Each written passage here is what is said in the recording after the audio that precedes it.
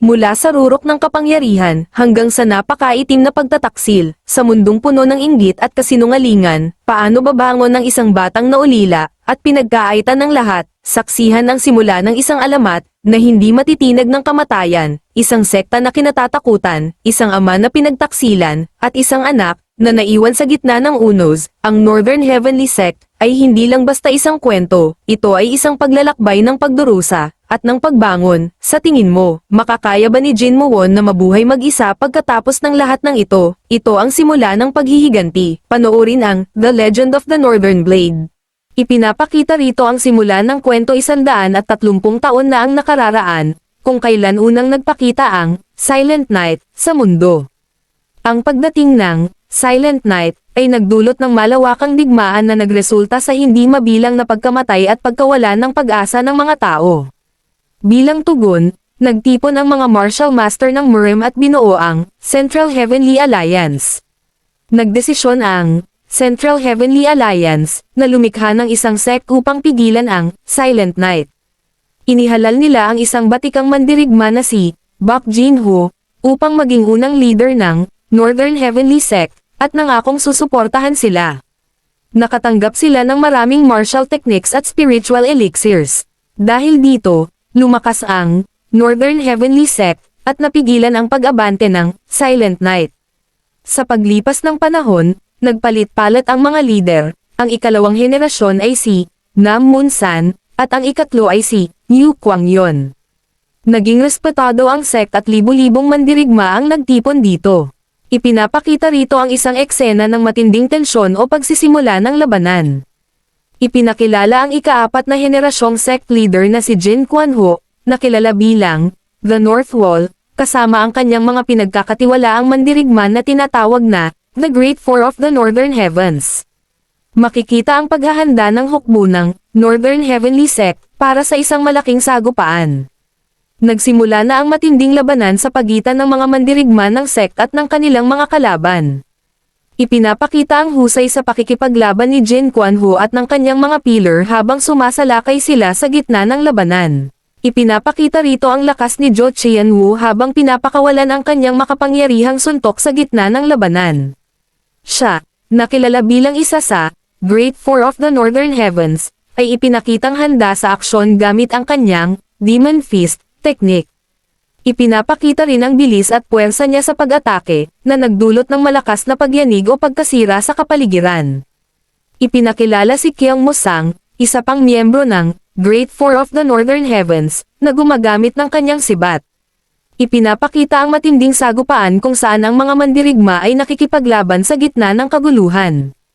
Ipinakilala si Yeon Chien-hwa, na isa rin sa Great Four of the Northern Heavens, habang ipinapakita ang kanyang galing sa paghawak ng espada. Ipinapakita rin ang kanyang tangkal na depensahan o atakihin ang mga kalaban sa paligid. Ipinakilala ang huling miyembro ng Great Four of the Northern Heavens, si Jae Hyuk-shim, habang gamit ang kanyang sandata sa labanan. Ipinapakita ang isang leader na nakatayo mag-isa sa harap ng dumaraming bilang ng kalaban, na nagpapakita ng kanyang determinasyon. Makikita ang matinding pag-atake ng leader na nagdulot ng malakas na puwersa at pagyanig. Ipinapakita rin ang epekto ng kanyang pag-atake na nagdulot ng pagkasira sa kapaligiran at pagtalsik ng mga bato.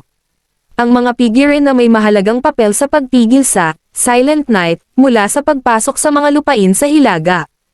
Inilalahad na isang araw, tila naabot na ng Silent Night, ang kanilang hangganan laban sa Northern Heavenly Sect, at sila ay naglaho na. Ang pagkabigla ni Jin Mo-won, edad 13, sa mga pangyayari. Ipinapakita rin ang pagbagsak ng North Wall sa gitna ng matinding tensyon, habang tinatawag ni Jin Mo-won ang kanyang ama. Ang tagpo sa Northern Heavenly Sect, kung saan nagtipon ang malaking bilang ng mga mandirigma, at ang leader ay humaharap sa kanila. Binanggit na ang mga Nine Skies ay makapangyarihan at hindi matitinag na mga figure na naghari sa Murim. Ipinakilala si So Moon-hwa, isa sa Nine Skies, at tinaguri ang Seeker of Knowledge, na nagtatanong kung ang Central Heavenly Alliance ba ay may kinalaman sa mga pangyayari at kung bakit sila pinagtaksilan ng tagapagtanggol laban sa Silent Night. Pagtataksil ng mga Four Pillars, si Jin Quanhu ay kinumpronta ng mga leader ng Central Heavenly Alliance na nagsabing ang Four Pillars ng Northern Heavenly Sect, ang mga taong nakasama niya sa pakikipagdigma sa loob ng ilang dekada, ay nagpatotoo na siya ay nagtaksil. Ang motibo ng Central Heavenly Alliance, malinaw na hindi ang Silent Knight ang tunay na nagpabagsak sa kanila sa sandaling iyon, kundi ang Central Heavenly Alliance. Ang totoo nilang motibo ay ang inggit dahil sa sobrang lakas ng Northern Heavenly Sect, na itinuturing nilang hadlang sa kanilang ganap na pagkontrol sa mainlands. Ang pag-iisa ni Jin Quanhu, sa gitna ng mga pangyayaring ito, natanto ni Jin Quanhu na siya ay mag-isa na lamang laban sa isang malaking sabwatan. Sa kabila nito, pinanatili niya ang kanyang paninindigan at karangalan sa harap ng mga kaaway na nag-aakusa sa kanya. Iniutos ni Jin Quanhu ang pagbuwag sa Northern Heavenly Sect at inutusan ang mga disipulo nito na lisanin ang lugar at maghanap ng bagong tahanan. Makikitang nag-aalala si Jin Quanhu para sa kanyang anak na lamaking mag-isa sa mga lupain ng Hilaga. Humingi siya ng pangako sa mga kaaway na huwag sasaktan ang bata. Nagbigay ng pangako ang kabilang panig na hindi nila sasaktan ang pamilya ni Jin Quanhu dahil sa pressure na rin mula sa ibang mga paksayon. Makikita ang huling sandali ni Jin Quanhu kung saan humingi siya ng tawad sa kanyang anak na si Muwon bago siya tuluyang pumanaw. Ang Northern Heavenly Sect ay orihinal na itinatag sa tulong at suporta ng Central Heavenly Alliance upang protektahan ang mga tao mula sa Silent Knight. Matapos ang mahigit 100 taon ng matapat na pagsisilbi sa kanilang tungkulin, ang ika-4 na henerasyong leader ng sekta na si Jin Quanhu ay pinagtaksilan ng mga mismong kasamahan niya. Ang paglipas ng panahon, 3 taon ang lumipas matapos ang trahedyang ito. Ang pagkakahuli kay Muwon, si Muwon ay nagising na nakagapos at kinukwestiyon ng mga taong nagtataksil sa kanyang ama. Ang panggigipit, pinipilit ng mga dumakip sa kanya na ituro kung saan itinago ang mga armas at mga teknikal na lihim ng martial arts. Binyantaan nila siya na maaari nila siyang patayin o itapon sa labas para pagpiestahan ng mga lobo. Ang katapangan ni Muwon, sa kabila ng panganib, tumawa lamang si Muwon sa harap ng kanyang mga nagtatangkang kumuha ng impormasyon, na ikinagulat at ikinabahala ng mga nagtataksil sa kanyang pamilya.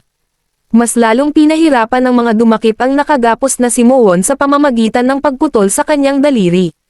Ang pagbanggit sa Nine Skies, dahil sa labis na sakit at sa gitna ng pagpapahirap, naitanong ni Muwon kung nakalimutan na ba ng mga dumakip sa kanya ang pangakong ginawa ng kanyang ama at ng Central Heavenly Alliance.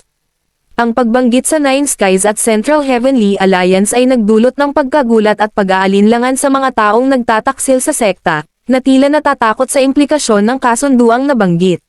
Sa kabila ng matinding sugat at pagpapahirap, makikita ang matalim at seryosong tingin ni Muwon habang nananatiling matatag sa harap ng kanyang mga kaaway.